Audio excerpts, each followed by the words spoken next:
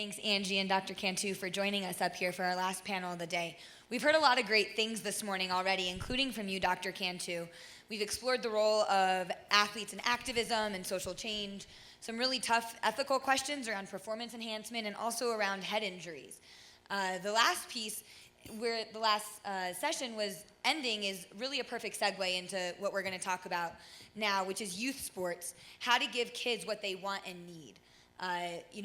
As Sylvie mentioned, Project Play is an initiative of the Aspen Institute Sports and Society program, and we really look at three questions.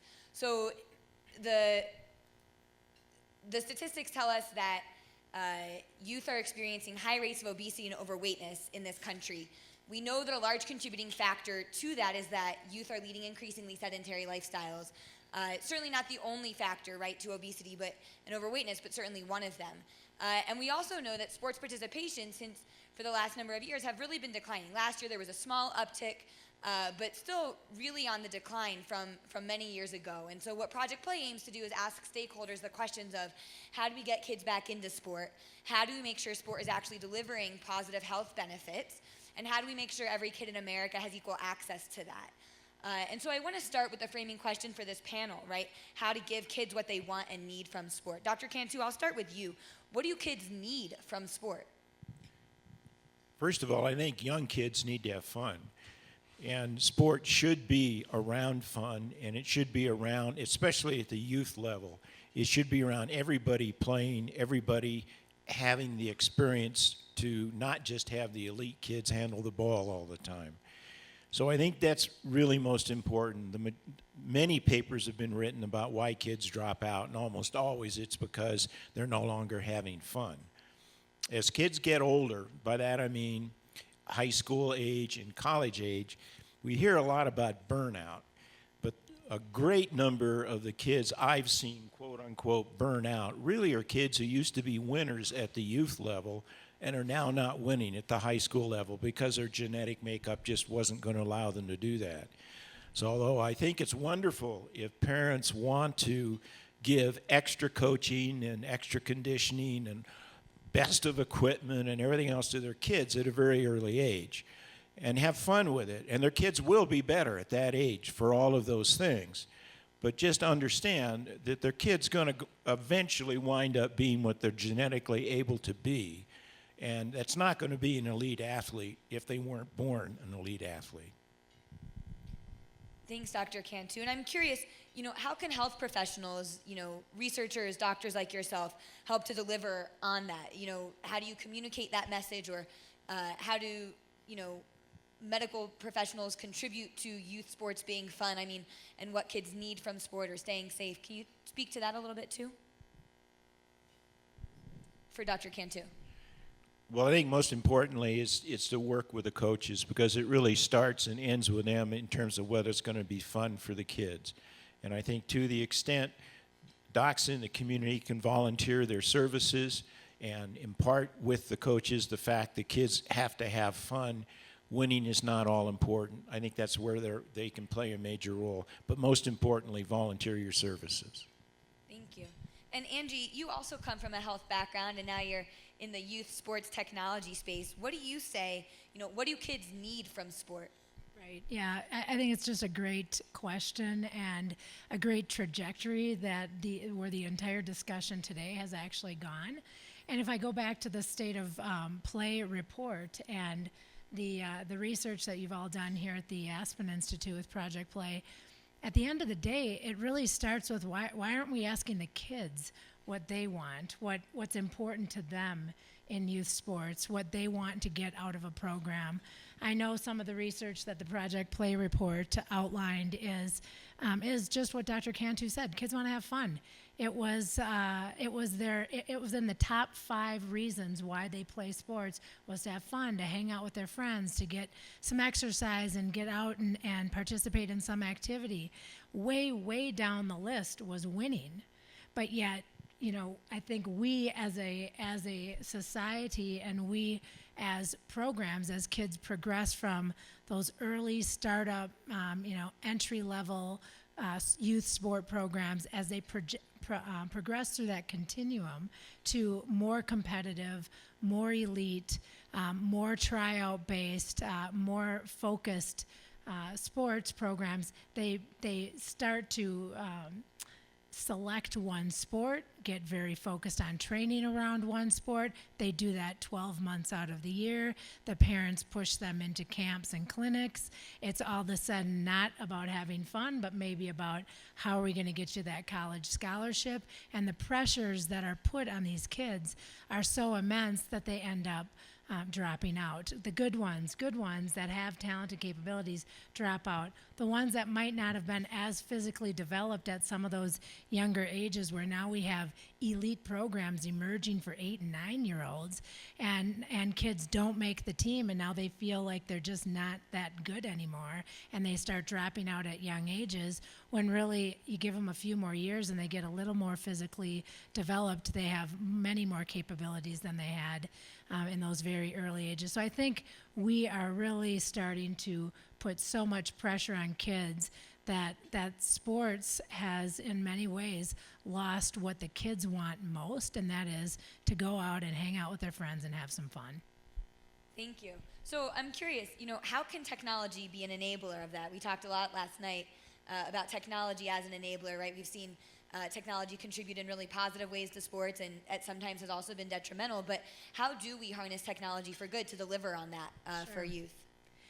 Yeah, it's a great question, because like anything, technology can be used for really good purposes, and it can have a negative effect as well.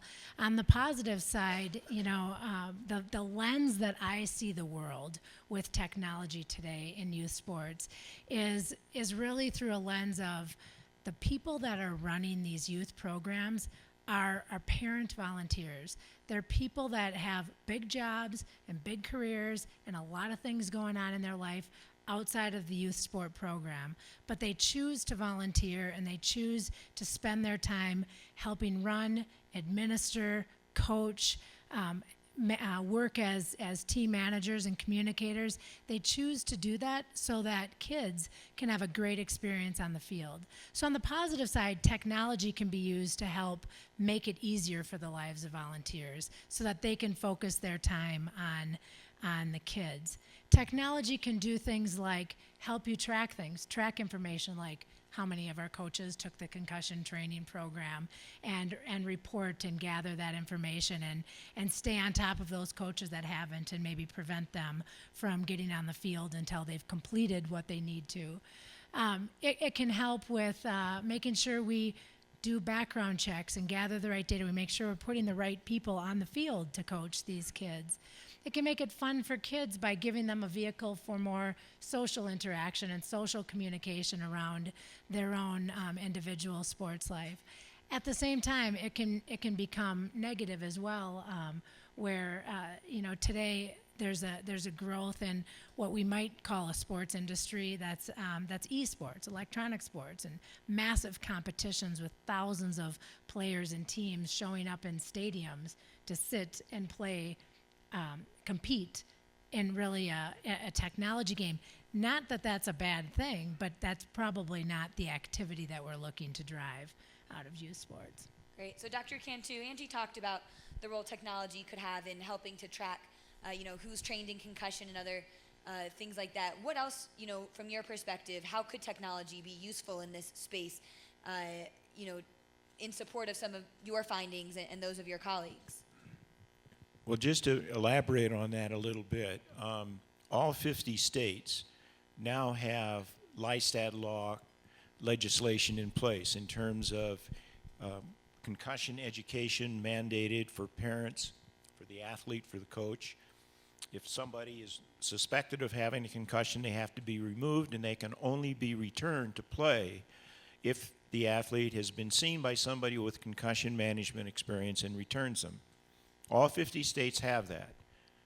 Not one state has any money implementing it. It's all voluntary, and often not really being done in a very comprehensive way. Technology could enhance in a more economical way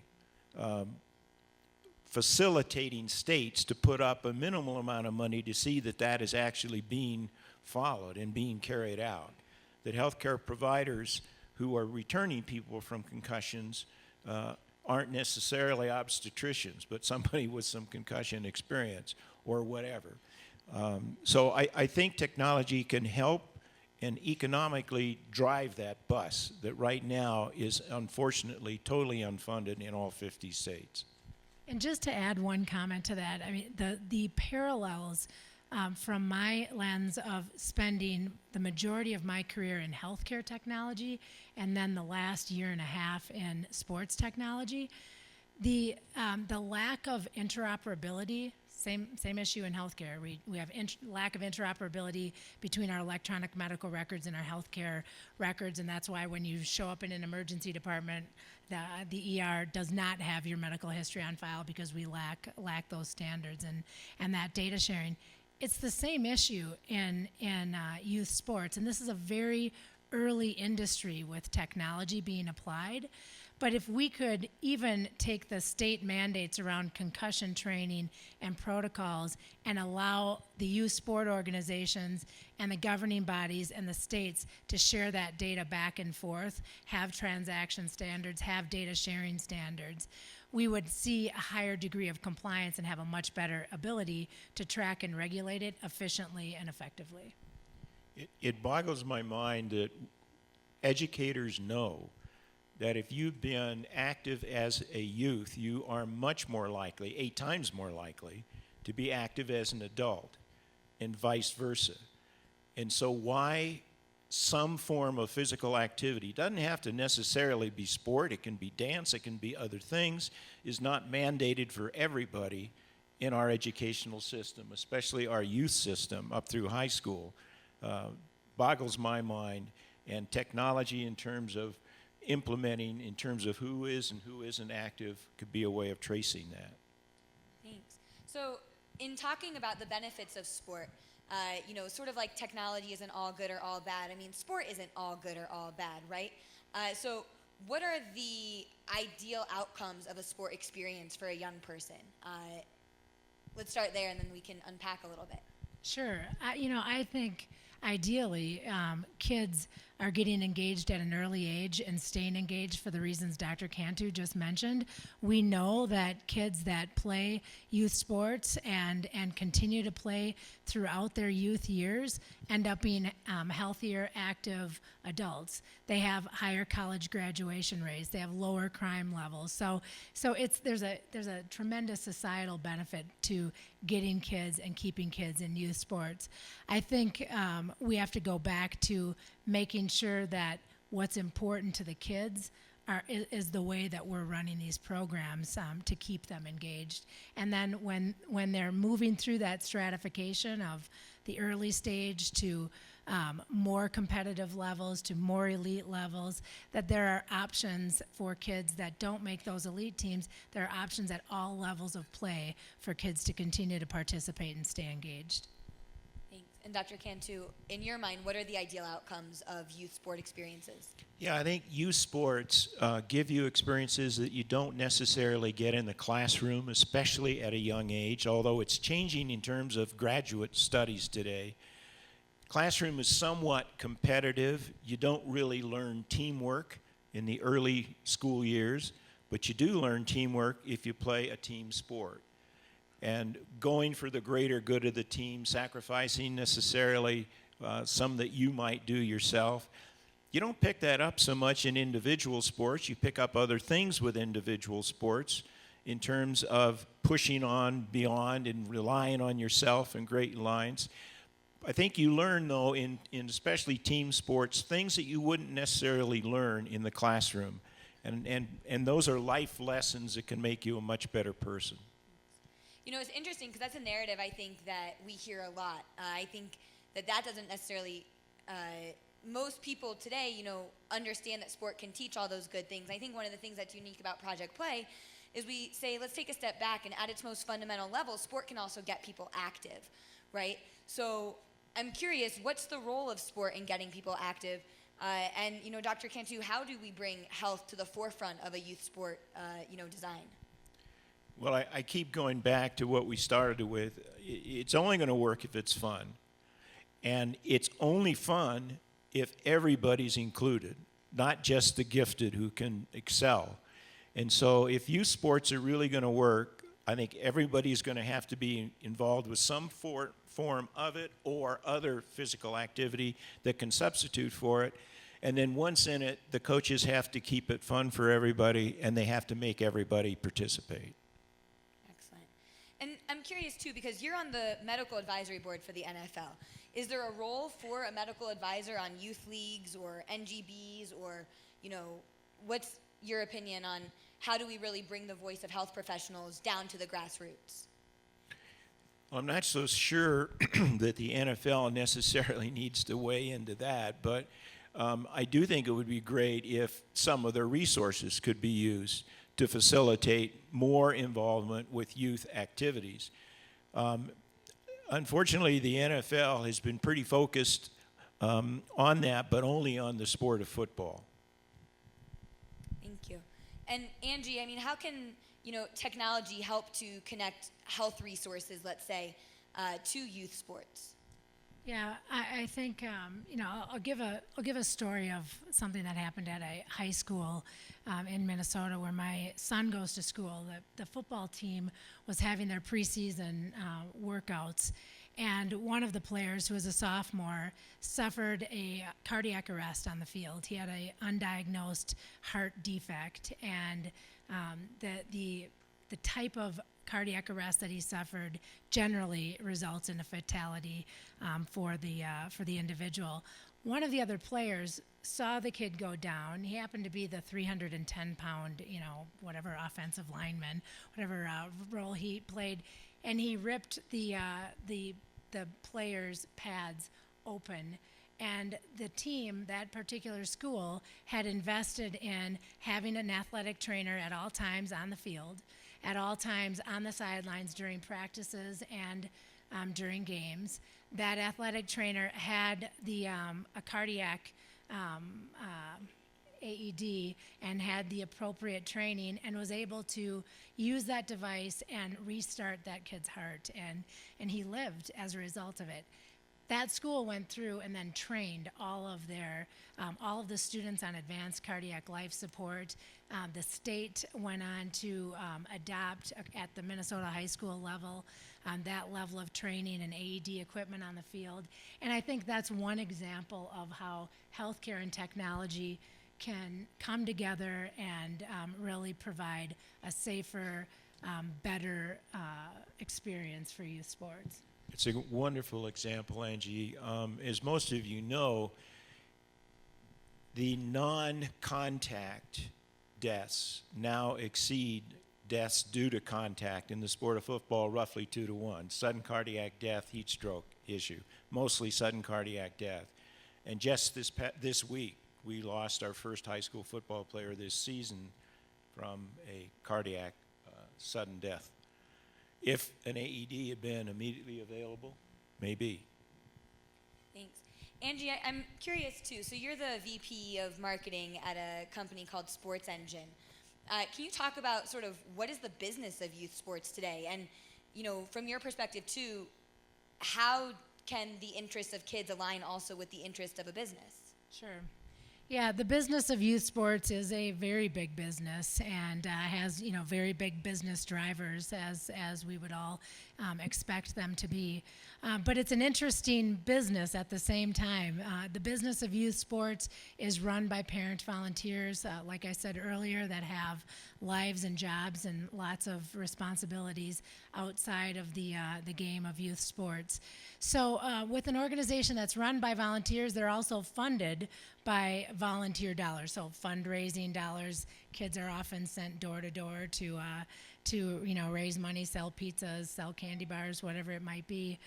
But they are supported through the efforts of the community. They're run by the efforts of volunteers, and the business side. The business side from a technology provider is to help make it easier for the lives of those volunteers, so that they can do a better job focusing on the kids and growing those programs and doing the right thing to develop those sports in those communities.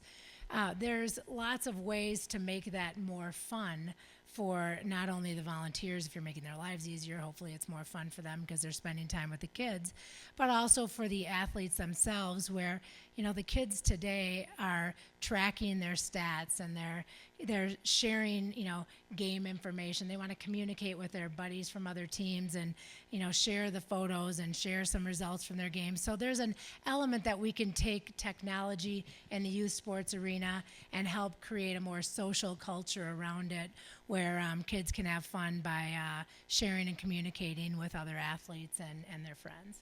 Thanks. And Dr. Cantu, healthcare is a big business these days too.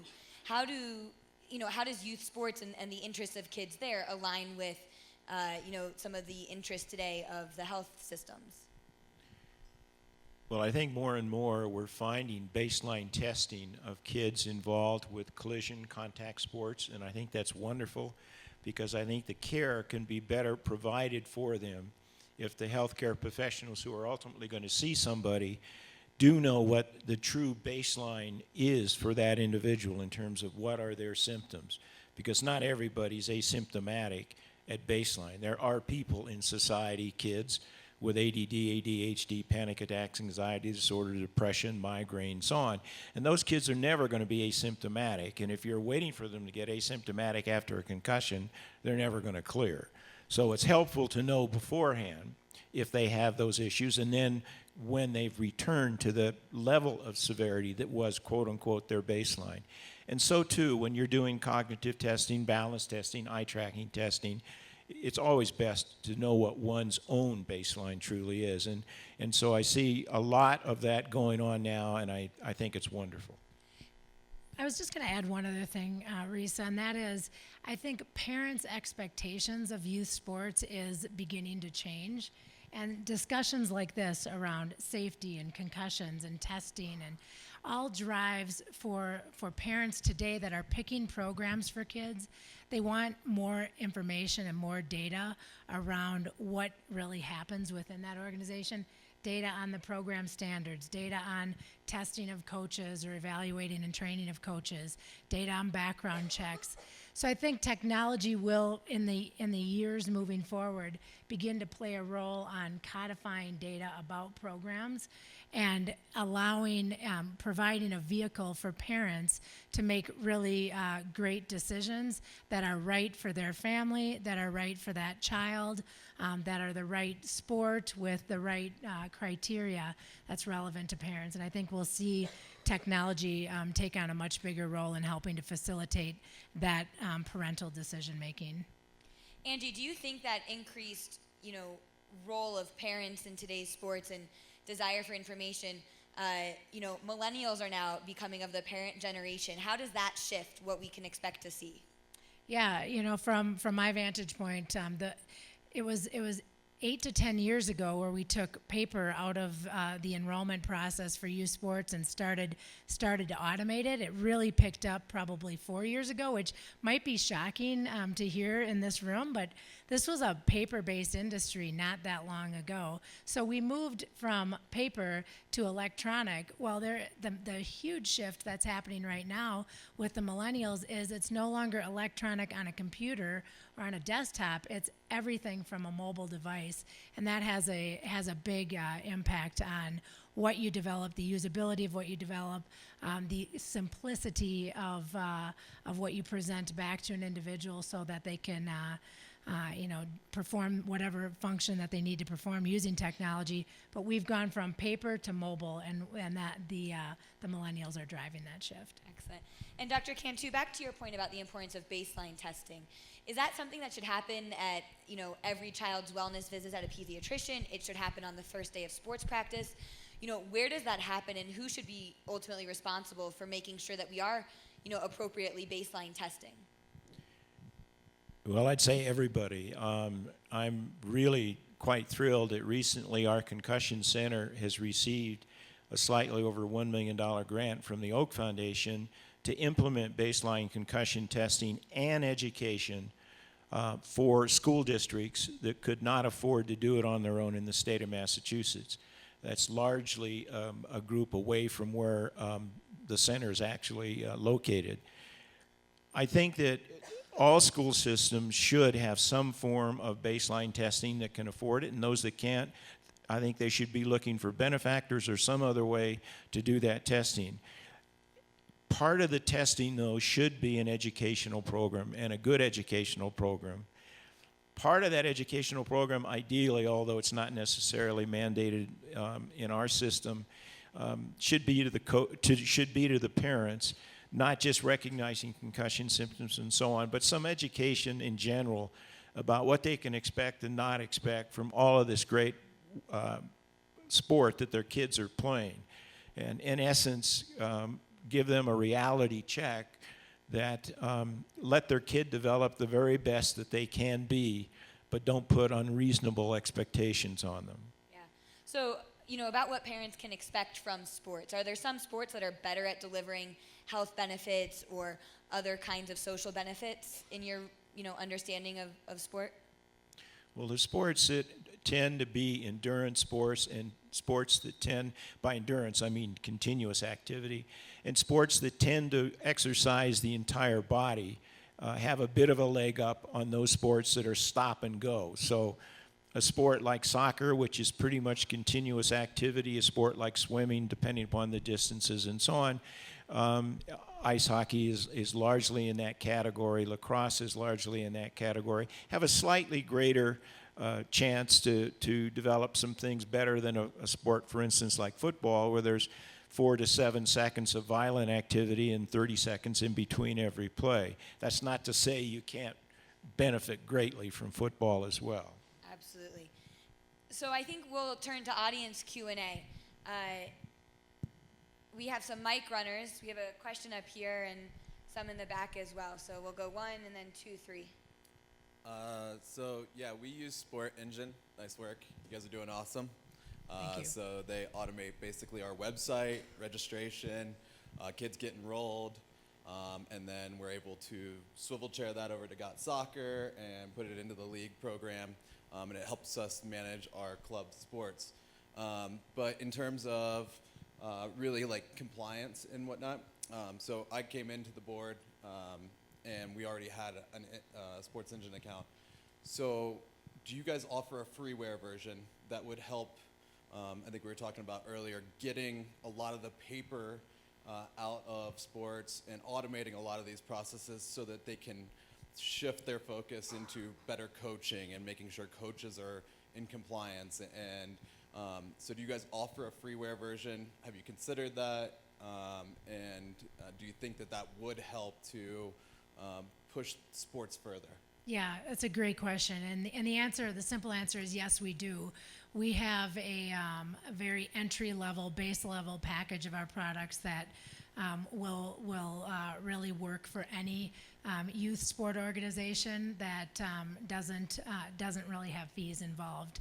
It's more of a do-it-yourself package, and then opens up for registration if that organization needs to take monetary registrations or non-monetary. But I think the bigger point that you bring up is it is so important that we make youth sports accessible to all classes of people and all levels of athletes' capabilities and skills. And I think being able as a technology provider to provide technology to help any level of organization run their business better helps to open up that access. But the more kids we can get across the country, across socioeconomic and household income levels, the more kids we can get active at an early age. And if technology can help that, because it's not a barrier for those other organizations to get in with it with no fees, then it's having a positive impact on the overall sport as well. Thank you. Hello, my name is Marilyn Frias. I am a local participant. I'm a former youth sports coach, physical education teacher, and parent. Not a former parent, really, but hopefully not that I know of.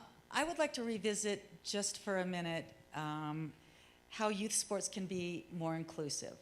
Given that the current paradigm sort of driven by competitive sports and travel teams at younger and younger ages. The current paradigm is to sort of label, divide, and sort these kids at very young ages.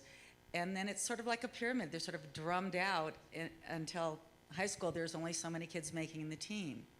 So I'm wondering how that correlates to, if there's any discussion being done at the Institute that can address that specifically. And then I had a second question. Let me look at my notes. Oh, kids oftentimes spend more time with their coaches than they do their math teachers, their sports coaches. And oftentimes these coaches are either volunteers or have had very little training with regard to kids in sports. Again, is that being addressed through the Institute's play program, and where do you see that going? Yeah, so I might be best equipped to answer at least that first question. The core values of Project Play are health and inclusion.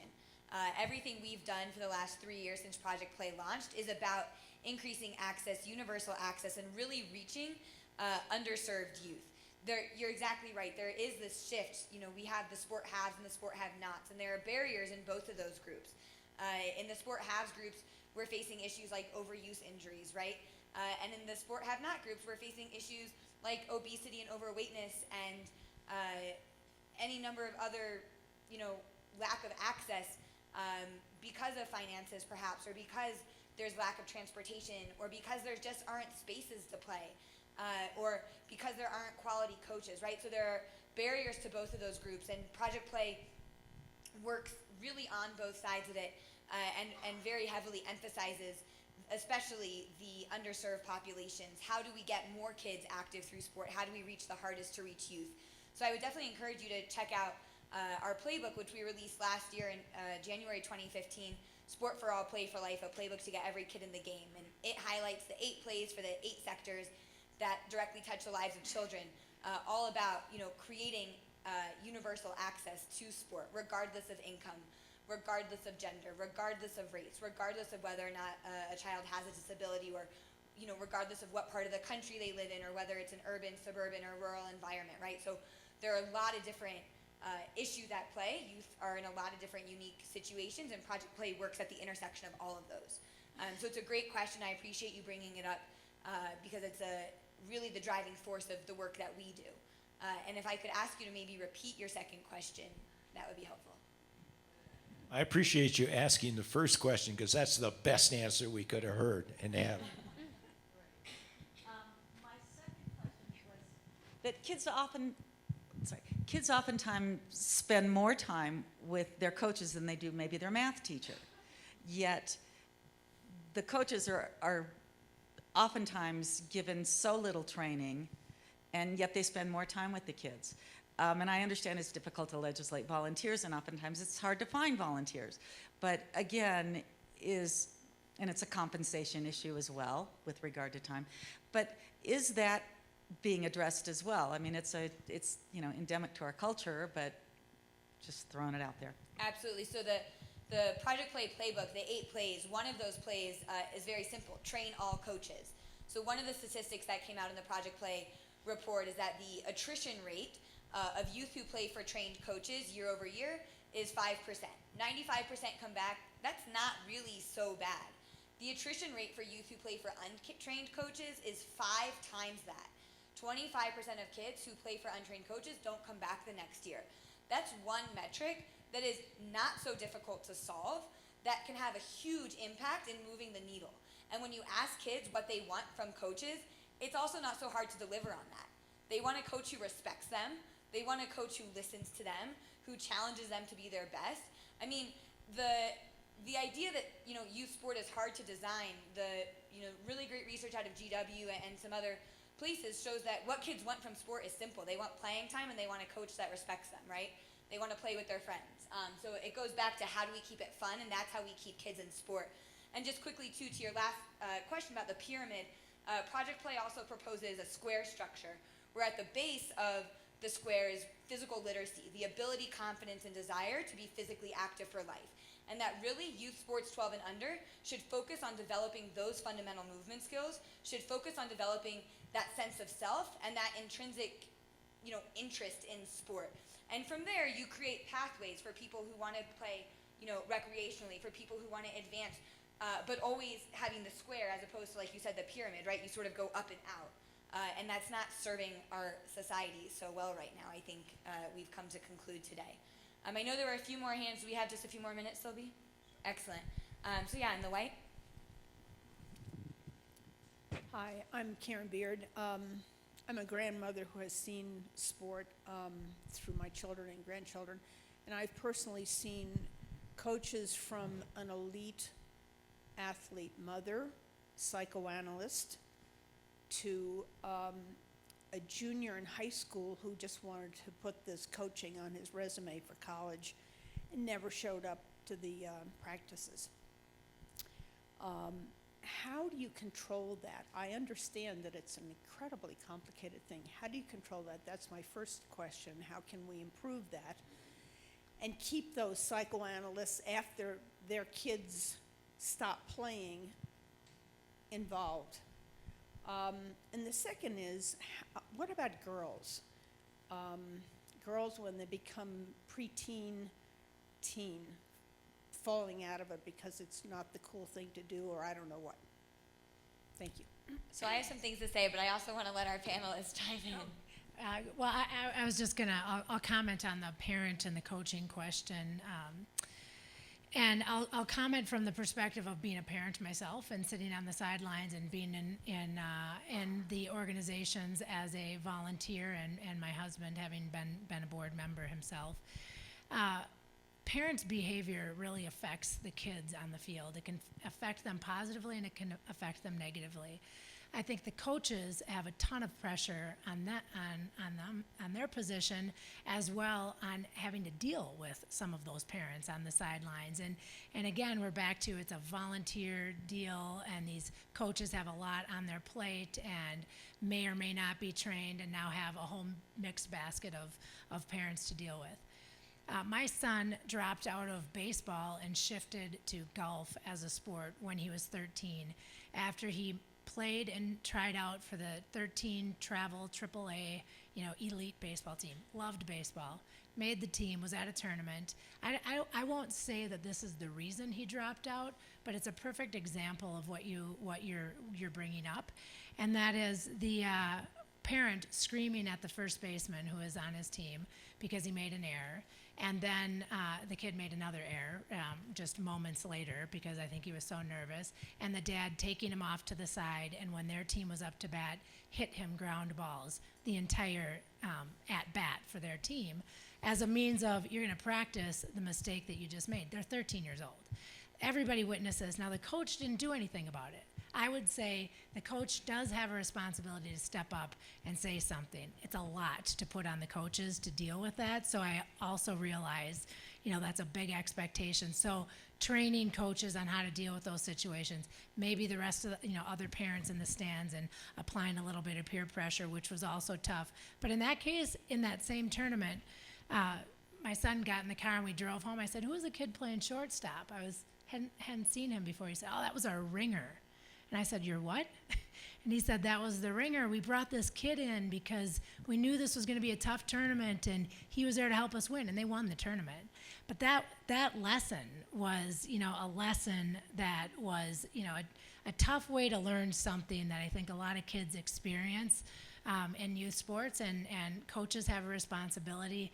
I think in that situation, I would put that under the cheating classification, and also an opportunity for the coach to have stepped up and said something, to have dealt more effectively with the parent.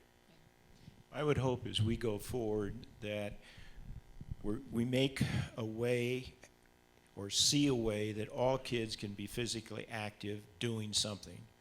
And then if they choose to change what that activity is, that they just fall out of the system of being active. They've got to choose something else. And I'm thinking in my own mind how surprised I was to see our daughter ice skating through a bunch of years, and then suddenly being a defenseman in ice hockey and having a hell of a lot of fun knocking people around when she wasn't supposed to. But this whole concept of having fun, and when you go from, if you leave one activity for whatever reason, that's okay, but you got to pick up something else. Excellent. So that was great. Thank you for this conversation, Angie and Dr. Cantu.